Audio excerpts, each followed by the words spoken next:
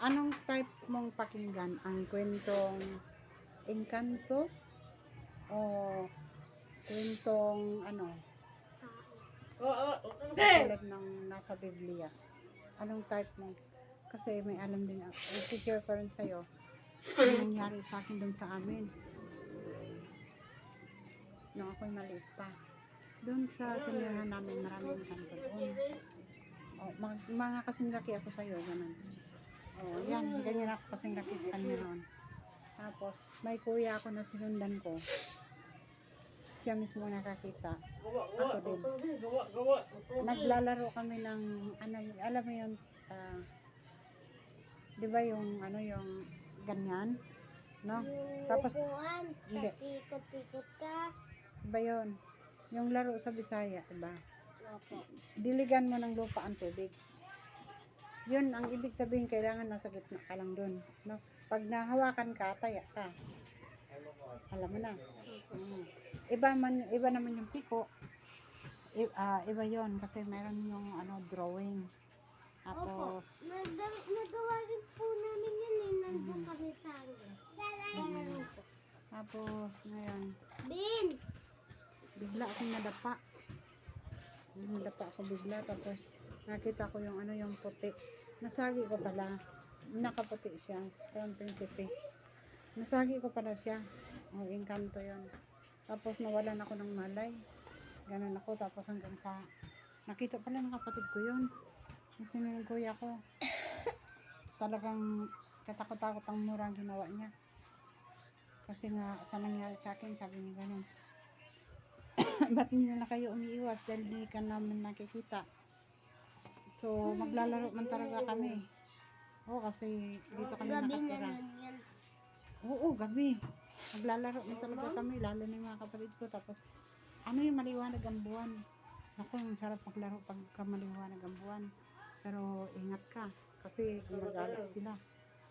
Hindi nadapa ako, no? Tapos, nilagnat ako. Doon sa amin naman, marami ding mga gamot sa mga ganyan. Yung engkanto ka. Marami mga gamot. Tapos hanggang sa hinapoy ako ng lagnat. Tapos yung kuya ko galit na galit. Hanggang sa dumating ang mama at papa ko. Tapos sinundo na yung mga gamot. Sinundo yung mga gamot. Sabi niya, inaapoy ng lagnat si Joseph yung sige. Nakasagi siya.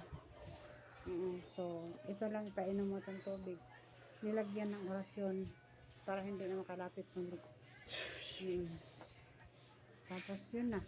At saka, doon talaga sa daming engkanto doon.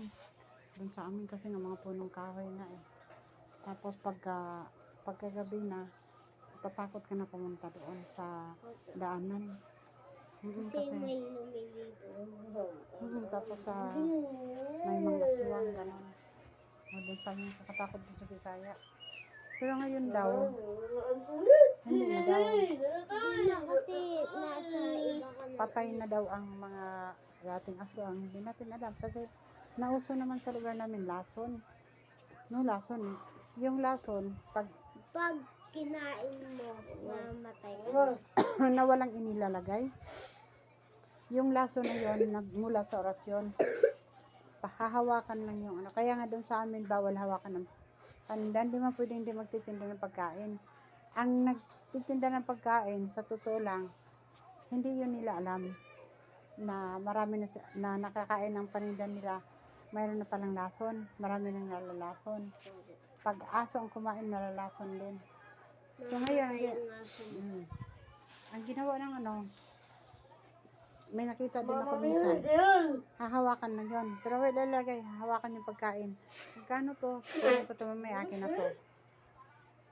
May laso na yan. Bawal.